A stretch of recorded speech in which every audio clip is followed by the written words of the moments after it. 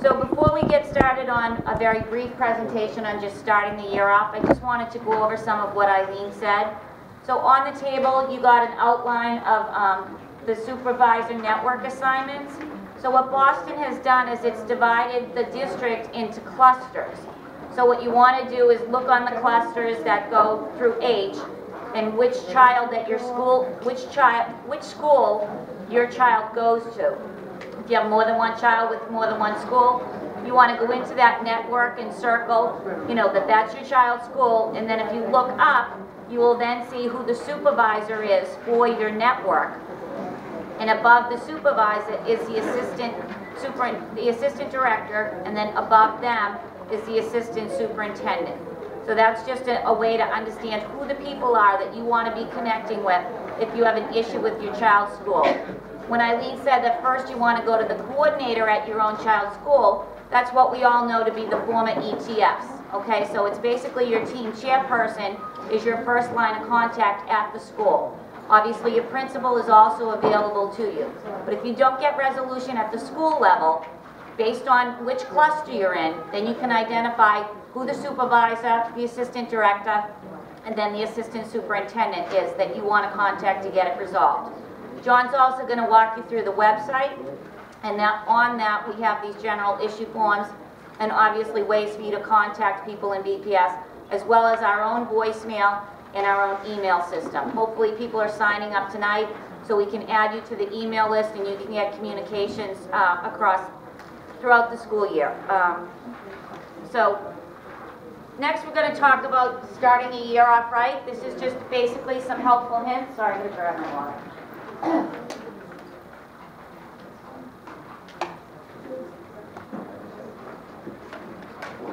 Since this is September, I just wanted to sort of outline, you know, how to get ready for the school year, to prepare what may be coming along, and sort of start things off on the right track for your child's special education services. So the first one is to make sure that your child's teacher has a copy of the IEP. Now I think that you might be assuming that they do, but don't assume that, because there's a lot of people who say, my child's teacher said she hasn't seen the IEP. So verify with your child's teacher, did you get a copy of my child's current IEP? Do you have a copy of their current goals and services? Because we all go to the annual meeting, you get an IEP issued, you send it back, whether you fully accepted it, you partially accepted it, whatever, an IEP is generated, and you want to make sure that the people working with your child this year, especially if your child changed schools, that IEP arrived in that classroom so that the teachers know the accommodations, the modifications your child needs, what specific goals are the area of focus, and also what related services need to be scheduled for your child. Okay, so make sure that that's in place, because without it, the year is going to go off the rails pretty quickly. Also, make an important list about your child, about what is it that you feel that you want the teacher to know about your child. Every child is unique and different. The IEP is not going to capture who your child is and what matters to them. We all know certain things that soothe our children, that help our children when they're having a tough time. What is it that they like? What things set them off? All those helpful hints are things that you want to communicate to your child's teacher early on in the year so that that transition goes smoothly and you know, they're not having issues in school that we can help to try to avoid. Also, when you're starting the new school year, were there issues that were unresolved last year? Are there issues, did you partially reject your IEP? Did you request another team meeting? Is there an outstanding evaluation that the district didn't complete that they need to complete and reconvene the team to discuss? Look through and say, did we cover everything from last year, or are we starting a clean slate in September and we're ready to move forward?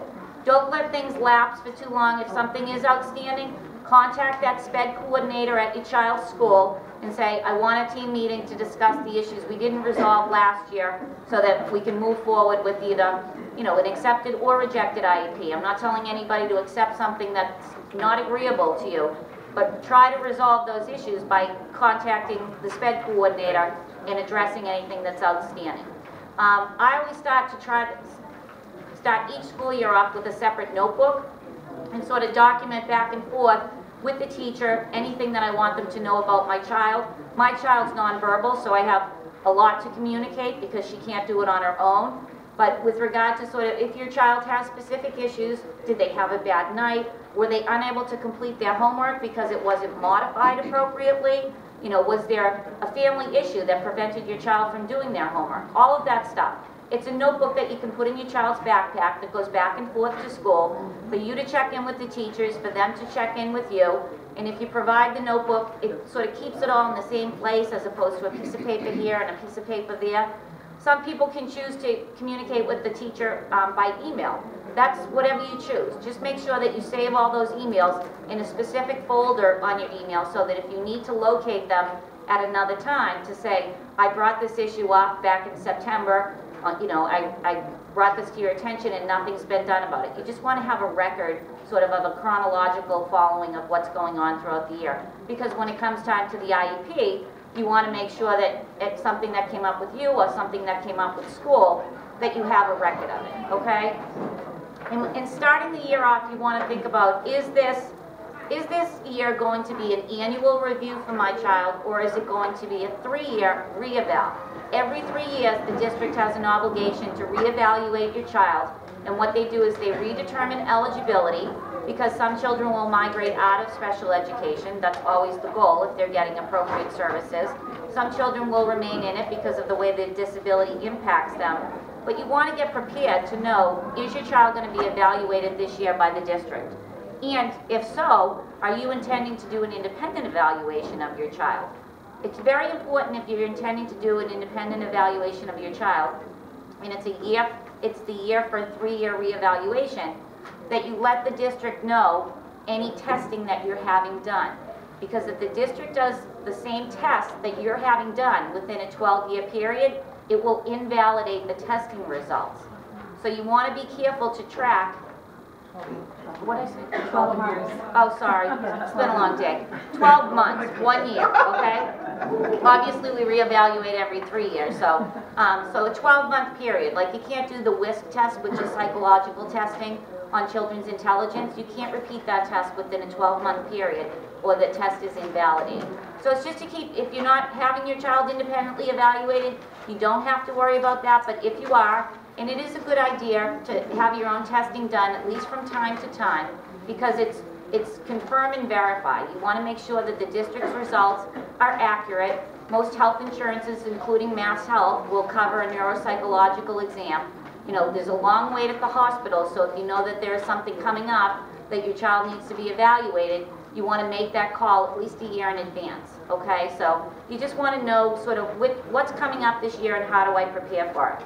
If you get a consent form for the district for testing, you know, you want to make sure that they've included all the areas that you think are impacted by your child's disability. Are they doing an assistive technology evaluation? Do you think that some type of assistive technology, whether it be an iPad or a specific software, would enable your child to perform their schoolwork easily and sort of retain those skills or advance faster? That's something to think about. If your child is nonverbal, do you want to have an augmentative communication evaluation? That's what I have for my child, because a child that's nonverbal will use either a device, you know, a lot of time, or a PEC system to exchange pictures so that they communicate. But that should be done through an evaluation process as well. If your child's having issues with their behavior and their behavior is impacting them across their day, then you want to ask for a functional behavior assessment. You don't have to know the exact names. You can just say, I want my child to evaluate in the area of behavior. Is your child having issues with social skills? So these are some of the areas outside regular academic testing that you want to ask about if in fact you're seeing issues with your child in those areas. So cover it all, because Boston has to evaluate them in all areas of suspected disability and all areas impacted by your child's disability. And you don't have to wait for the 3-year evaluation process to occur. If you think there's a test that your child needs or an area of evaluation that your child needs and the district hasn't done it before, okay? So you can request that at any time. You just go to your SPED coordinator and tell them that your child needs an evaluation or that you're requesting one in a specific area of concern, okay? Check in with your child's related service providers, because with regard to you know, the PT, the OT, the speech, all, the ABA, you want to make sure that those things have made it into your child's schedule. You know, we're now on September 26th, and all of those things should be set in place at this point in time.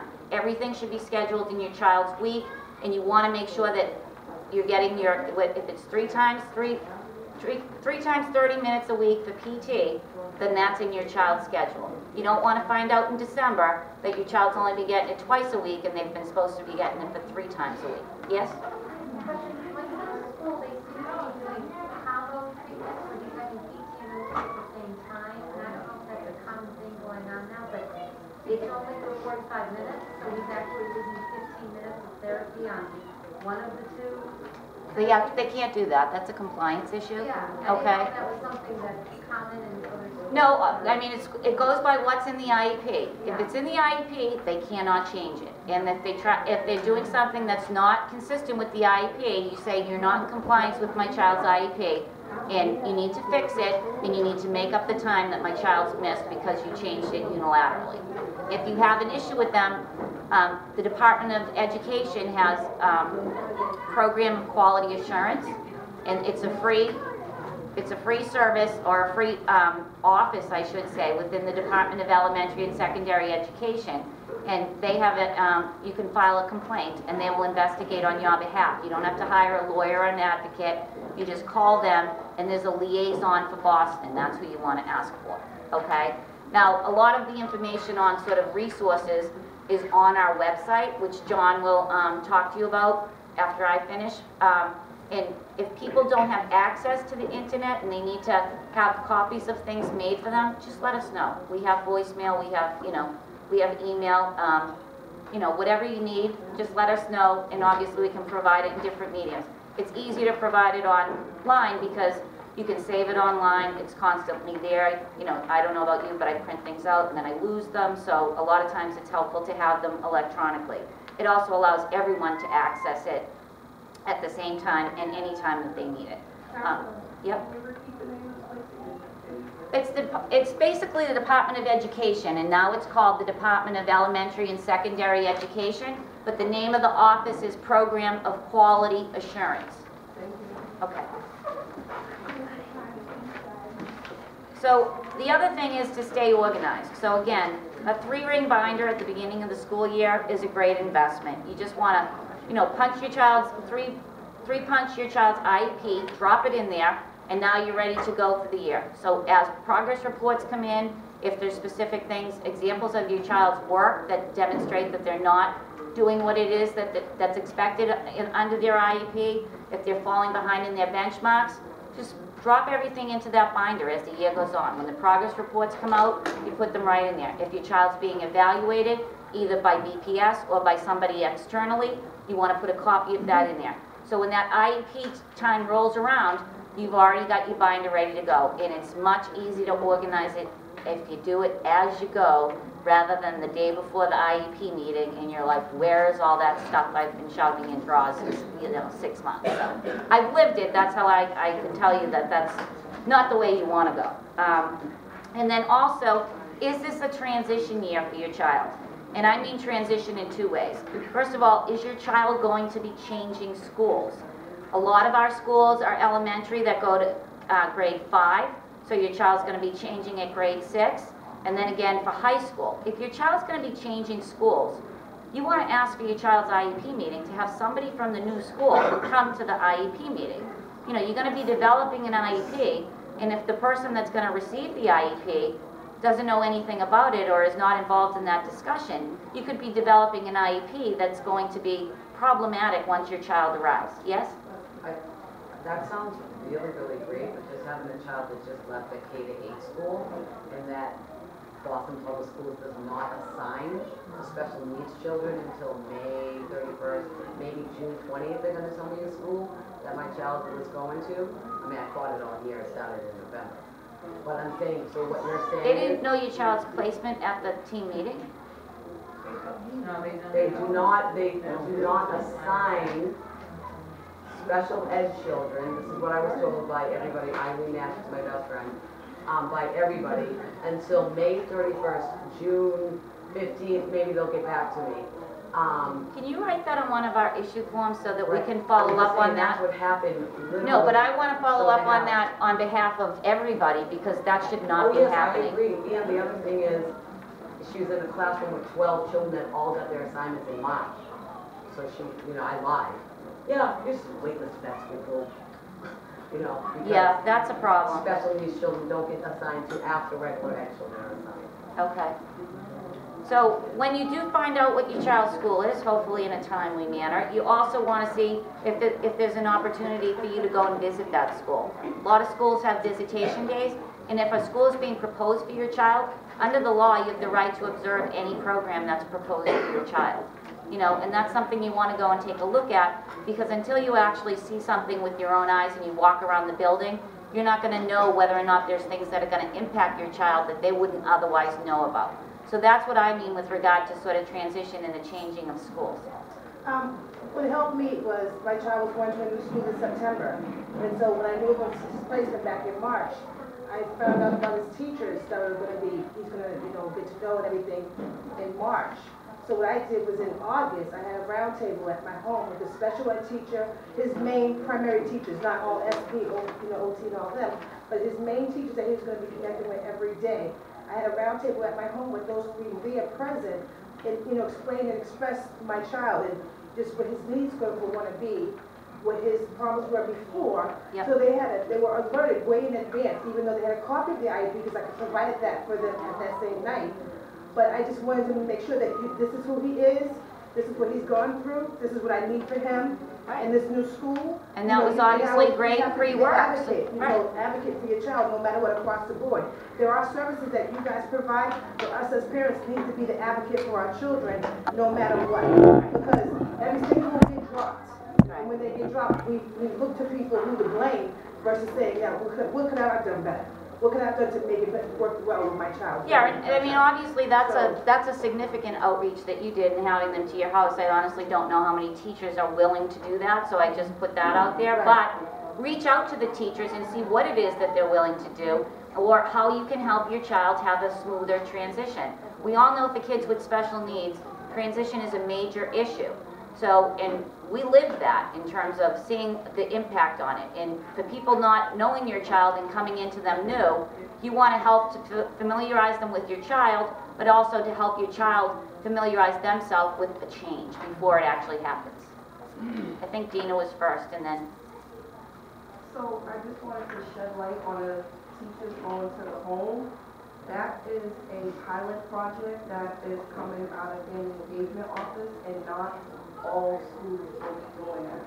So I think there's only 3 schools, and I don't know offhand what those schools are, that the teachers actually went to the home of the students to meet the families of new students coming in. So kids that wasn't there the year before, the teachers will go home and meet the families and da-da-da. It's a pilot project from out of Texas.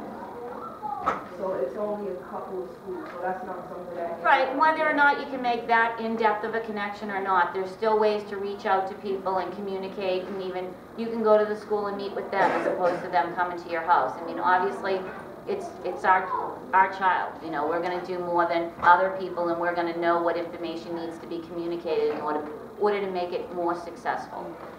Go ahead. If your child is turning 14, and halfway through the year, and they have the evaluation, the next IEP evaluation is going to be sort of like 15 almost. At which point do you start the process? So that's the second part of transition that's in here, which is children from the ages of 14 to 22, if they're staying beyond the regular graduation time, are supposed to have a transition plan. Okay, it's required for all children with special needs, and for some children it's going to be a more lengthy document, and for other children it's going to be they intend to go on to college once they complete high school. But even if that's the case, whether or not that child has other issues in terms of social skills needs or that. But so it's the IEP during which your child turns 14.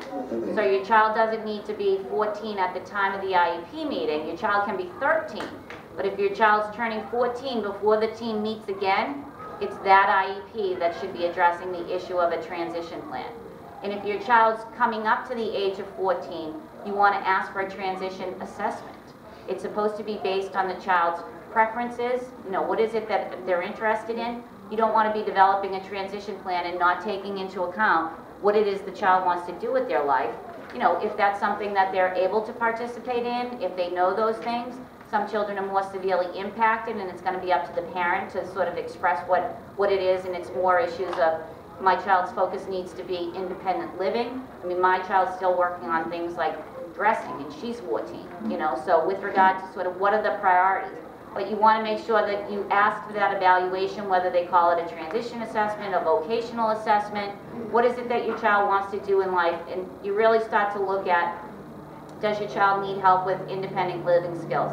Does your child need help with, skills that they're going to need to live in the community eventually independently? Do they need travel training on how to use the MBTA, how to call a taxi? Do they need help with being able to go and shop for groceries, go to the bank, go to the library, sort of all of the different things that we do day to day, and take for granted. Some children don't have those skills, and it's going to require specific training to enable them to acquire those skills and then to be able to eventually do them independently. And that's why we start at 14. Special ed ends at 22, and after 22, there is no special education, and it's a benefits issue in the state. And adult programs have been taking a major hit since the economy went down. So there's no guarantee of those services, so you want to maximize what your child's getting while they're still under the umbrella of special education. For some children, it's going to be job coaching or on-the-job training, where they go out and sort of learn a skill and then have somebody go into the workplace with them. Kids can go into a workplace issue and sort of go through a checklist. Do they need visuals as support? Do they need someone by them and prompting them? It's sort of like practice and repetition gives you the skills that you need. It's one of those, motor memory things that if we practice and do something over and over again, even if we don't have the skill, we're going to start to acquire that skill. So you want to start working on it when your child turns 14. What they're able to do, you're obviously not going to be looking at them driving or something at 14, but they can be able to take the MBTA. They should be able to go to the store and make a basic purchase so that when they're getting change, they know that they didn't get gypped. What do they need to know how to use a debit card? All those simple things should be covered in your child's transition plan. If there's skills that your child's peers, their typical peers have, that your child has not acquired yet, you want to look at focusing on those things in transition. Okay? Yes, Jack? Carolyn, take a hypothetical. Assume my child gets into college or university or trade school, and he's 18. How does that affect the responsibility under federal law to provide for accommodation at age 22? Does it only apply if you're actually actively enrolled in public schools? Once you're out of special ed, you're out. You're in, you're out, you're out. So if you accept your child's diploma and you agree that they're, accepting that diploma without, some people can, if you accept that, you're out of special ed. Okay, so if you want to stay eligible in special ed, you want to be looking at whether or not you should be accepting that diploma, but also whether or not your child has met the goals in their IEP, including the transition plan. Because there are children that have been awarded services past the graduation period because they didn't reach their transition goals or they never had a transition plan. Yes? I wanted to know whether or not Madison is going to add SPED to their vocational program. Are the SPED children going to have access to that vocation that regular ed students have access to? Is that a plan or goal? Well, we actually looked at that last year because there's a lot going on over at Madison and sort of its expansion and then the whole issue with Roxbury Community College. But actually Madison already has over 30% of its students have special needs. The issue is that it's a vocational school. So by law, the only way that you can get into a vocational school is through a lottery. So it's sort of like a charter school. If you get in, and they have to meet whatever your child's needs are, and they have to follow that IEP. But your entrance cannot be done by the team. So the team can't say, we want Carolyn to go to the Madison Park Folk School. I'd have to apply, or my parents would have to apply for me, and once I got in, I come with an IEP, And strangely enough, because we were concerned that there weren't many kids in there with special needs, and it's actually much higher than we had anticipated. And you have a part of the vocational program also. Yes. Okay, John? Carolyn, Oh, yep. Can I ask a question? I keep thinking about what you said about the evaluations, and if you have an outside evaluation. What happened if a parent had one over the summer and didn't realize and didn't tell the school? Is it okay to just tell them what tests the outside evaluation Yeah, you just want to get a list of the tests that were done and share it with the school so they don't duplicate the same exact test. So you don't Like necessarily the have to speech share and the evaluation? No, as not long if you as don't, it's if you don't have it documented. yet, no. Okay. So you just want to give them a list of the tests, because, you know, in speech and language, even in psychological testing, there's multiple test instruments that you can use, but if they use the same exact one, then the school's testing is no good. It's almost like, they call it like a repeat effect. That if the kid just took a test a couple months ago and now you're going to give it to them again, you're not going to say that the results are based on sort of a check-in where they were, because they just saw the tests. So they don't want that happening, and the test protocols say the test results are invalidated. So just get a list of the tests that are being done And then and share something that. else then, so that it's not the same. Yes, ma'am. So we're able to make up for lost time. I kind of heard that, what you said. Because my son for a whole year didn't get services because they said the school didn't have the funds for it. So they didn't have the resources to give him his learning. Is that in Boston? Yeah. What school is that? Well, it was Washington McKinney, so he didn't get any of his, he's got a severe LD in reading, so he didn't get his closest. They just told you they couldn't. So do you have, They didn't have anyone qualified to do it, first of all, that was qualified and trained in Wilson or in Gillingham. yep. And so they said Boston would use Wilson. So then they didn't have anyone trained in it, they didn't have the funding to bring someone in. So he just didn't have it he didn't get anything. So he's in a new school now, he's in sixth grade now. And Did they give you a year's worth of services that they owe you? They put me, they put him in, he was in a specialized class completely, like substantially segregated. So he didn't get any services whatsoever. You need to fill out one of those forms. Okay. So, And Again, you if need to you- call PQA, because Yeah. there's a 1-year timeline on filing a complaint. okay. So you want to call them, and they owe you those services. No, you want to talk to us, you want to fill out a form, and, yeah. You want to fill out one of these forms and give it to me, okay? Yes? I have a transportation concern. I guess I want to know how many kids are, let's say, between the ages of 3 and 5, are allowed on a regular school bus without any monitor. Is it possible? Is it? So the issue of a bus monitor is not based on the age of the children. It's based on the needs of the individual children. So it needs to be in your child's IEP if your child needs a one-to-one monitor. But that can be because your child doesn't stay buckled in. It could be that your child has behavior issues. Your child could have medical issues. You know, so, but, you know, I don't know how many, I honestly don't use transportation, so I don't know how many they put per bus. How many are on the bus? I'm concerned that there's too many little kids and big kids mixed together. Oh, okay. It's about 8 little kids between the ages of 3 and 5 on a half bus with big kids. Then I would say that that's a safety issue, and I'd ask for a monitor. Yes. Who do you think I should bring it up to besides the principal and The You should call a team meeting, and if not, then you can, Carl Allen is in charge of transportation, but he doesn't make the decision about the monitors. It has to go through SPED. You want So ask for a team meeting. Pardon? Should one do or not? No, that's, I mean, you can fill out an issue form, but it still does have to go back to the team, you Right, it know, won't so. resolve it. Right. Okay, John's gonna take over now, thank you. Thank you.